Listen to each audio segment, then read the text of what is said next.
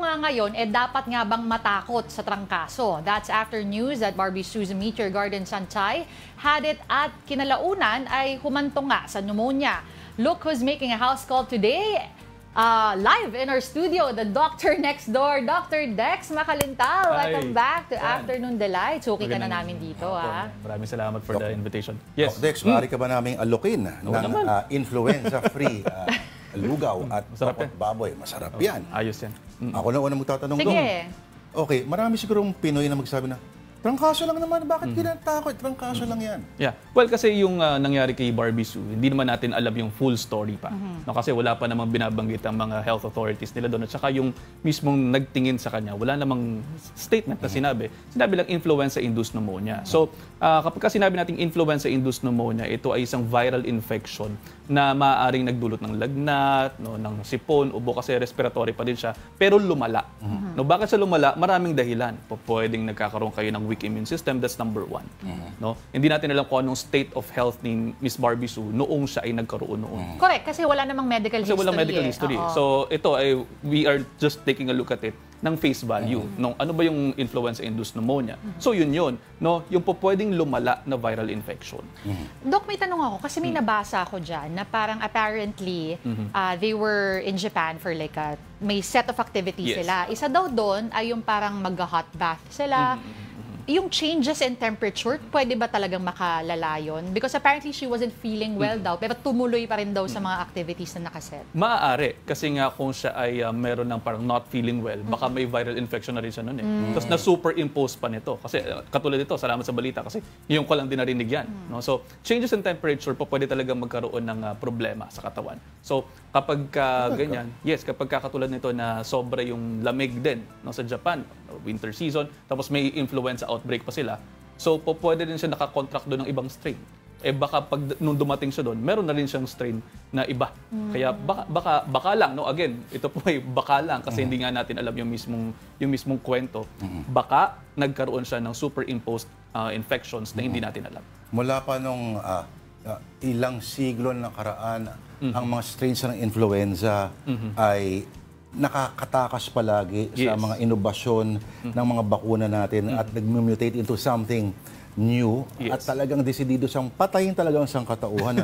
Hindi pero not to sound alarmist, pero meron dong may posibilidad na may bagong strain na naman na hindi kaya ng mga bago nating bakuna. Oo, kasi sa katotohanan naman, yung mga strains na nakukuha natin ngayon, katulad ng mga flu shots na lalabas ngayong Pebrero hanggang Marso, yan ay yung mga strains na nakukuha last year.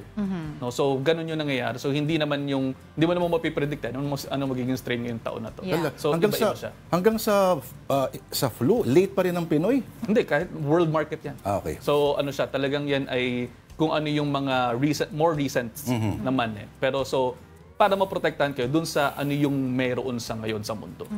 Pero Doc, katulad nung napanood natin, yung couple, nagpa-vaccine sila. And we were talking about it off-air. Every year, dapat nagpapa-flu vaccine.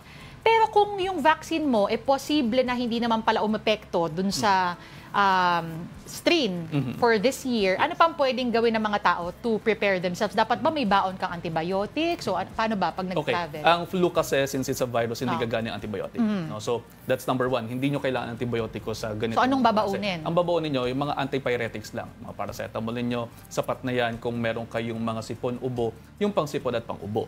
No? So, and then, kinakailangan meron kayong load ng mataas na vitamina mineral sa katawan. Kumakain kayo ng masusustansyang pagkain, kumakain kayo ng may proteinang pagkain, no? Gulay, prutas, and vitamin C and zinc makakatulong na rin. In short, ang malakas-lakas ang konstitusyon ng mga panglaban. Ang, let's say, yung ang tawag doon, yung sistema mo na yung immune healthy, system, ang immune system mo ay kalaban din yan ng flu? Virus, yes. Or may mga flu na wala silang hindi tinitingnan. May mga ganon kasi yung ating katawan ay doon lumalaban. So halimbawa, merong intruder, no? So parang kumbaga sa isang palasyo. Kung yung katawan po natin ay isang palasyo at may intruder diyan, yung ating mga warriors yun yung lalaban doon. At yung warriors natin, yun yung ating immune system. Paano ko yung mga warriors mo, mga lasing lagi? Ayun na nga eh. Yun ang problema. kung yung mga warriors mo lasing lagi, laging tutulog-tulog, o yung ibig sabihin, yun yung weak na immune system. So doon na minsan natatalo yung katawan. Maganda siguro, Doc, maano rin yung mga kasi nilalang lang ng mga Pinoy yung mga trangkaso. Yes, trangkaso lang yan eh. Huwag niyo pong lang-langin yan, lalo na kung meron po kayong mga iba pang mga sakit. Pre-existing medical conditions. Halimbawa, decompensated heart failure, problema po ninyo sa diabetes, sa inyong mga nervous system, disorders ninyo, yung inyong mga sakit sa bato, at kung kayo ay mayroong mga immunocompromised state, halimbawa, kayo ay diabetico nga o kaya may cancer po kayo. Ganon? Yes. Akala ko may kinalaman lang sa baga. Hindi. Kahit kayo ay diabetico, maaari na magkaroon tinatawag na multi-organ involvement. So buong katawan po pwede maging inflamed, babagsak ang immune system, maaari po kayong tamaan nitong mga ganitong klase ng sakit. Doc, may gusto akong i-clarify kasi meron ako mga nadidinig din na ayaw palaging uminom ng gamot dahil sinasabi nila, hindi masasanay. Kailangan tansyahin mo kung kailan ka lang iinom o hindi. Baka dahil in the future, pag kailangan mo na talaga uminom, hindi na ganun kalakas ang epekto. How do you balance that? Para ma-review ng flu yung gamot. Hindi ganun yun sa lahat ng pagkakataon. Yung sinasabi na baka masanay, that is dun sa antibiotic na sinasabi. Kasi kapag kayo ay, kunyari, viral yung etiology o viral yung sakit mo, binigyan mo ng antibiotic, wala namang tinitira yun dun. So, anong nangyayari? Nasasanay, quote-unquote, yung katawan mo doon sa antibiotiko. So, the next time na meron lamang na sobrang simpleng sakit na, kunyari, na bacterial, kilalanan ng katawan mo o kilalanan ng bacteria yung antibiotic na ibibigay mo, hindi na siya gagana. So, ganun yung nangyayari. Yan yung tinatawag na antibiotic resistance. Pero Doc, ito, yung mga kapwa natin na Pilipino na hindi naman masyadong aral kung paano mag-identify ng viral at saka bacterial, minsan doon nalilito. Yes, How do you differentiate? So, dyan papasok yung physical examination and then yung mga CPGs namin. Kami mga doktor, ma-identify namin yun. Halimbawa, kung simpleng masakit yung lalamunan. Merong criterion sinasabi na kapag ka ito ay ito yung scoring mo, dyan na kinakailangan mo ng antibiotiko, hindi. Halimbawa, kunyari, meron streptococci, kunyari, streptococci. So, kailangan mo kasi strep siya. Bacteria bacteria siya. Bacteria siya. So, makikita mo dyan kapag masakit yung lalamunan, namumula, may nana, naglalagnat, pero walang ubo. Yan. So may mga ganon, di ba? Kasi yung ubo kadalasan yan ay viral. So may scoring kami doon, makikita namin kapag ka ito ay ganito yung scoring, more likely kinakailangan mo ng antibiotic. Kung hindi ka papasok doon, at saka titingnan din natin yung edad. No, kung hindi ka papasok doon, hindi mo kailangan ng antibiotic. Viral lang yan. Once upon a time kasi ang influenza nakakamatay talaga. Yes, totoo naman. Early part of the 20th century, talagang grabe yan. Yes, parang talaga. Plague talaga siya. Oo. Pero Doc, again, yung mga natin sa mga nanonood, huwag maliitin ulit ang maganda siguro wag tawagin flu kasi parang ang cute flu. Influenza. Yes, parang big bad Latin. Pag mas mahirap ispellingin, mas parang gano'n, diba? Actually, kapag ka sinabi mo kasi na influenza, hindi siya parang simple-simple lang eh. Naalala ko nga yung teacher ko kasi meron akong siyempre may mga excuse letter kayo ng mga bata kayo. Kailangan mo ng medical certificate. Paminsan nakalagay doon yung sakit ko is influenza kaya ako nakamiss ng class. Sabi ng teacher ko, ano to? Ano yung influenza? Is it the same as flu? So parang natakot siya doon. So ganun din yun. Siguro kinakailangan din nating sabihin niya minsan yung mga terms na ganun para magkaroon ng shock value. Kaya ka ba nag-doktor dahil doon? Medyo.